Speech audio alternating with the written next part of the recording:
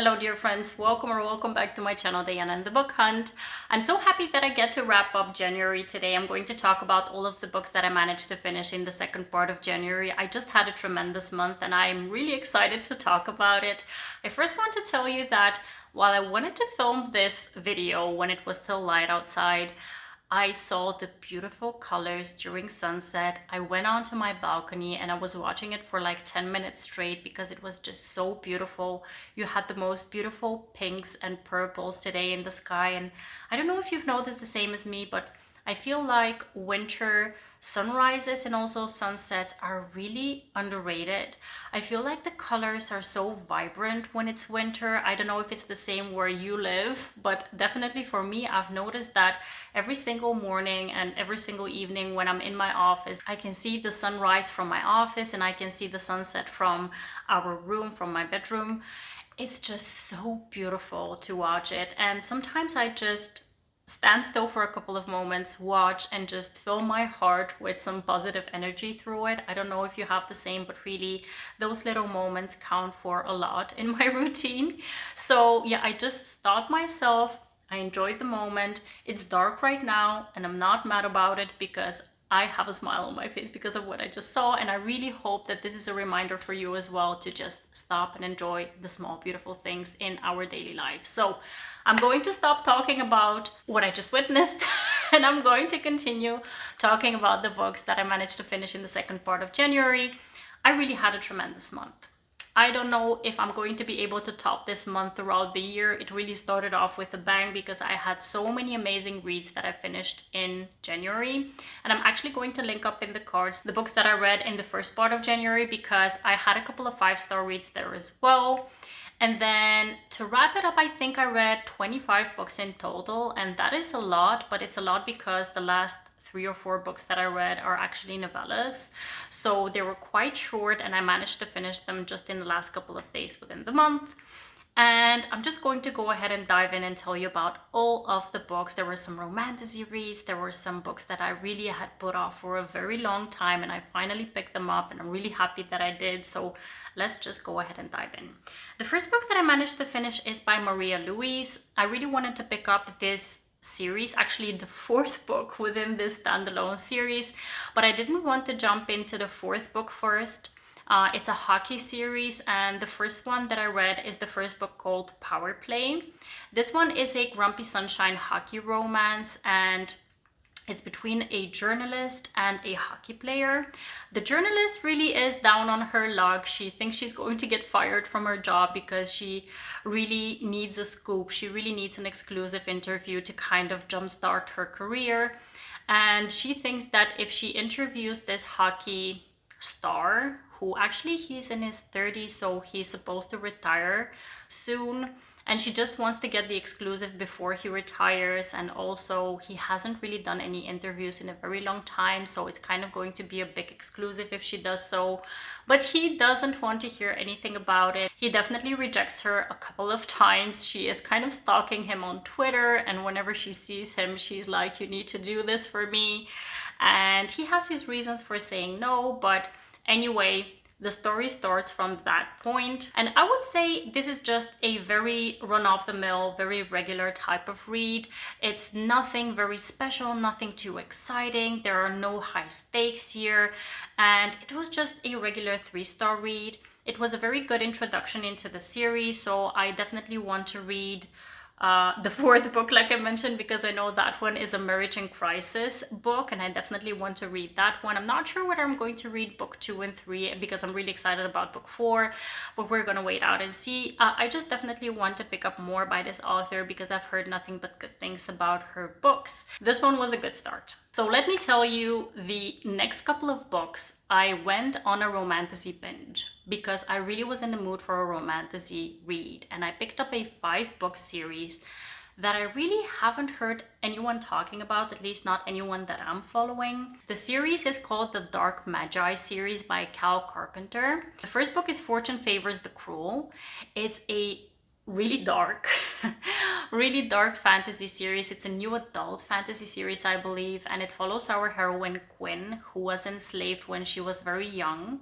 She was actually sold into slavery by her own family. She has finally gotten her freedom, and she, at the start of the book, comes into a situation where she is forced to use her magic powers. And this book really has such an interesting magic system.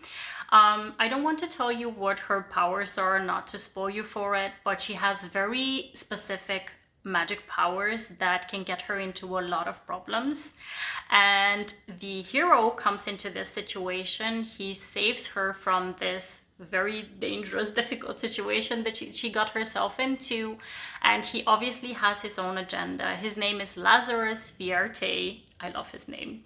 And Quinn basically is almost forced into this agreement with him. They make this bond together that they're going to do something for him, and then she's going to get something in return as well. She definitely is looking for revenge on the people who have wronged her, and he has his own agenda. Like I mentioned, he's looking to do something very big for his people in society. So yeah, they start on this quest, on this journey, and they meet a lot of people. There's a lot of found family aspects within the book, a lot of people that come into the story and you get attached to them because of what they mean to both the hero and heroine, and obviously also the hero and heroine catch feelings for each other.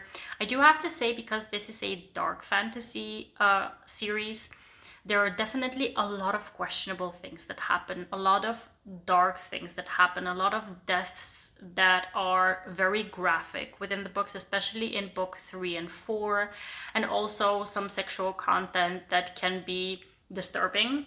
I wouldn't say that it's between the hero and heroine, just to give you a heads up, but there are certain things that happen within this book that are very morally gray and very questionable, but they just make sense for the story. At least for me, they were not triggering, but they were definitely, they left my jaw hanging open, let me put it like that. So yeah, it was a series that I got immersed into it. I really flew through it. I binged it, and the 5 books like took over my life for the full week that I was reading them.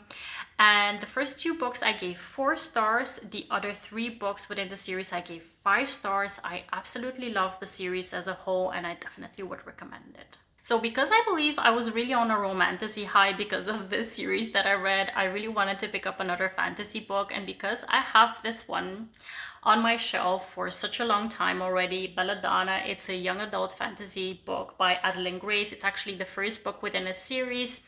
I really wanted to pick this up because I've heard a lot of good things about this book, and I bought it physically, even though I promised myself I wouldn't do that anymore.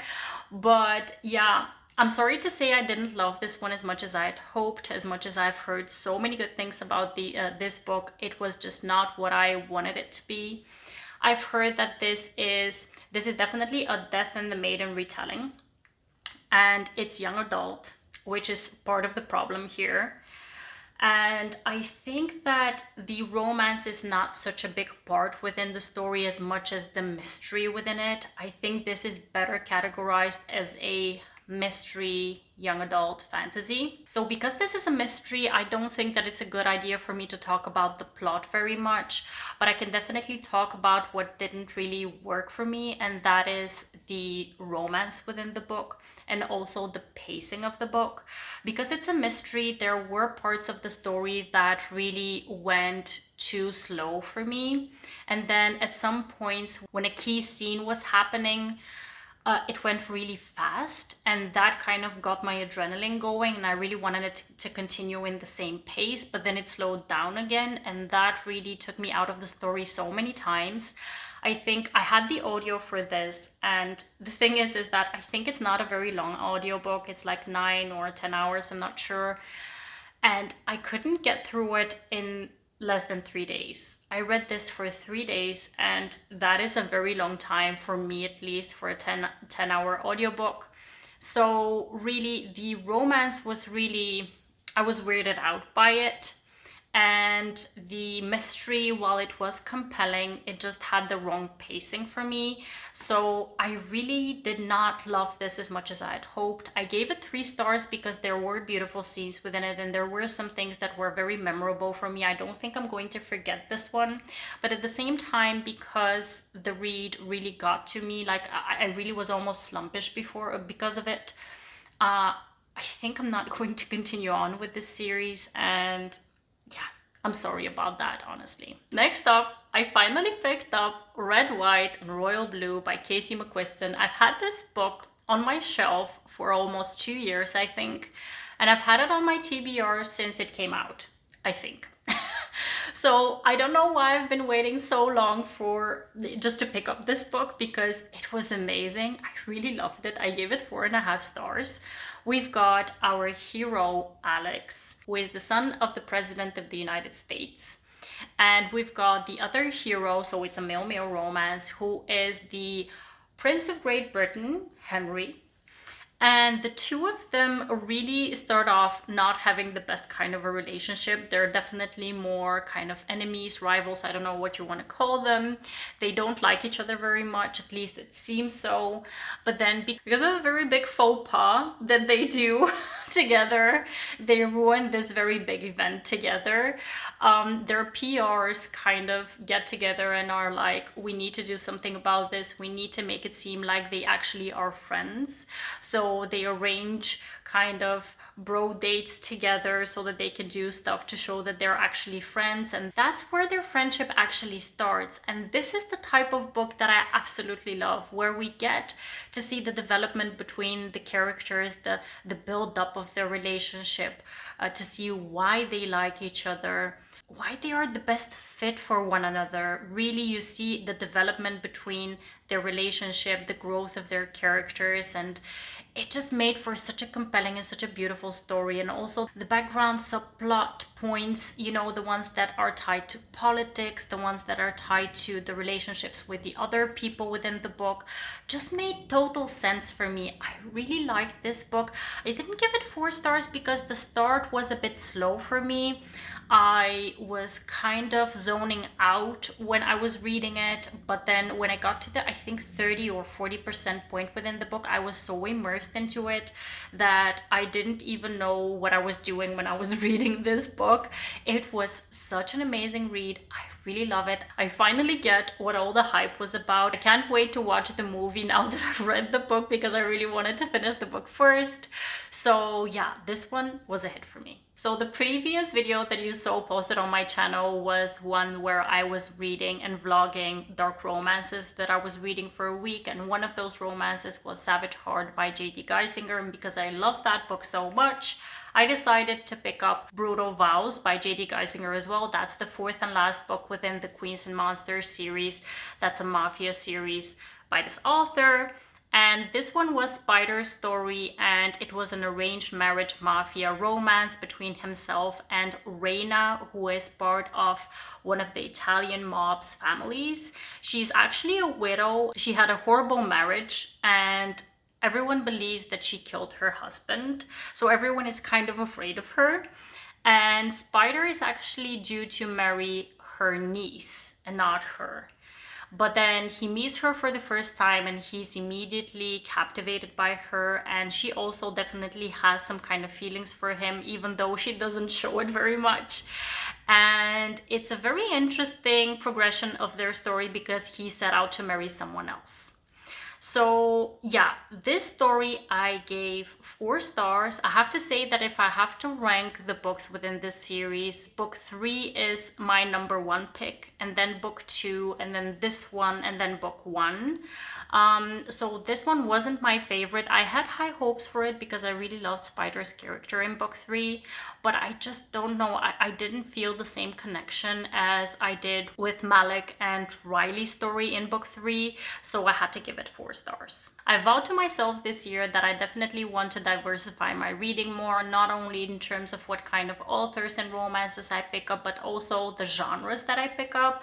I definitely want to read more thrillers, mystery thrillers, more historical fiction, more contemporary fiction. I just want to diversify my reading more so I can kind of appreciate romance more. And I decided to pick up a mystery thriller that just recently released. The book is called First Lie Wins by Ashley Elston. And this one I really enjoyed. I gave it 4 stars. The mystery element was so well paced in this one that I definitely wanted to know what happens in the end. So I was kind of binge reading it to find out what is the deal with the story. So I don't want to tell too much about the plot because a mystery thriller is a mystery thriller. So we don't want to spoil too much about it. Otherwise you're not going to enjoy it as much as you would if you don't know anything about it. But what I can say is that the story starts with the heroine moving in with her boyfriend, and we definitely find out that she has some kind of an ulterior motive. She's moving in with him, but she's looking for something. It's like there is definitely something going on in the background of the whole relationship between them, and you're kind of on your toes and really want to know what is her deal, like what does she want with this guy, and where is this whole situation coming from, and what does her past have to do with this situation. So it's really intriguing, very well paced. I flew through it. I gave it 4 stars. So the first novella that I picked up is Between Periods by Hannah Cowan. This book is book 1.5 within the Swift Hat Trick series.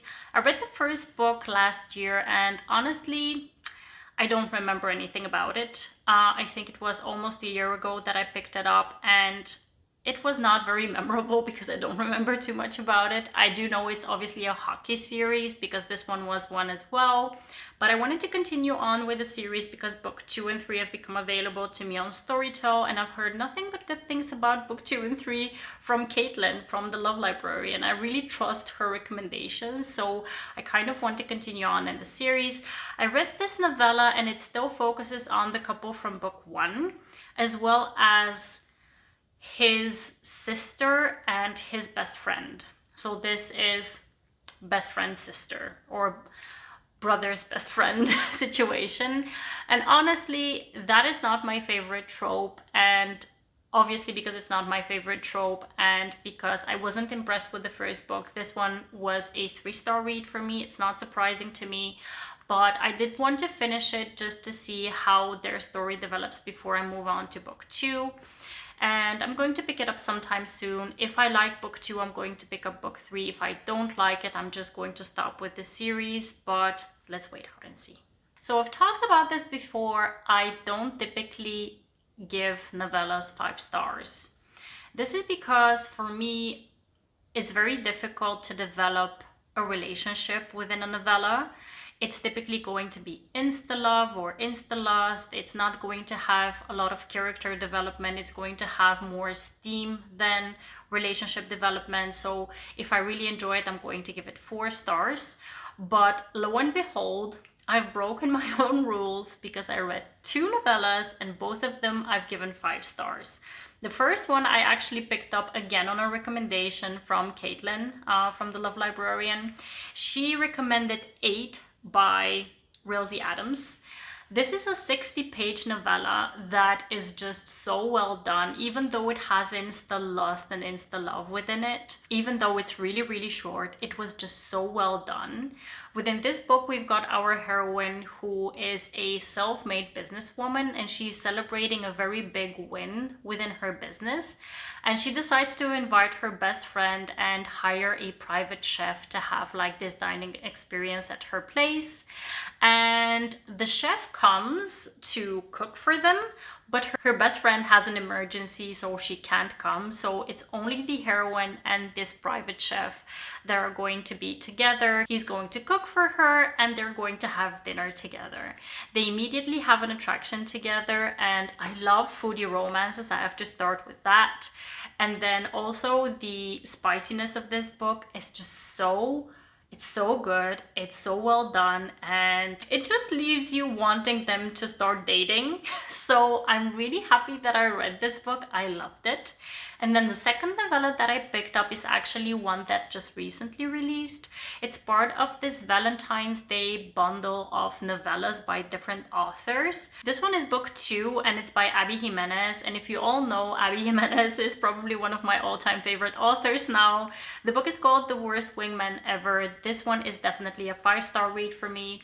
It's a Valentine's Day themed novella where we've got the heroine. She is this hospice nurse and she is dealing with her grandmother who is dying, and she's taking care of her in this apartment building.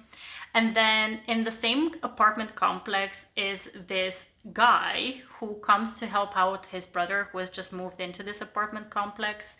And the brother is like, you need to leave a Valentine's Day note on my girlfriend's car.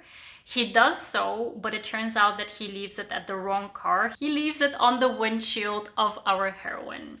And so starts a penmanship between the two of them while she is taking care of her sick grandmother and he's helping out with his brother's renovations. The first thing that I need to say about this one is that besides the fact that it's really cute because of the penmanship, besides the fact that I was really feeling like it was really well fleshed out, even though it's only again 60 pages or so, I really felt like I got to know both of the characters very well. And there were some sad moments within this novella because of the loss of a loved one, but at the same time, very many profound thoughts about losing a loved one and also finding yourself in such difficult circumstances. I really love this book. It was definitely a 5-star read. I'm definitely looking forward to the new release by Abby Jimenez in a couple of months' time. These were all the books that I managed to finish in the second part of January. I feel like I've been talking for forever, and I really hope that it's not going to be as long as I think that I've talked about all these books.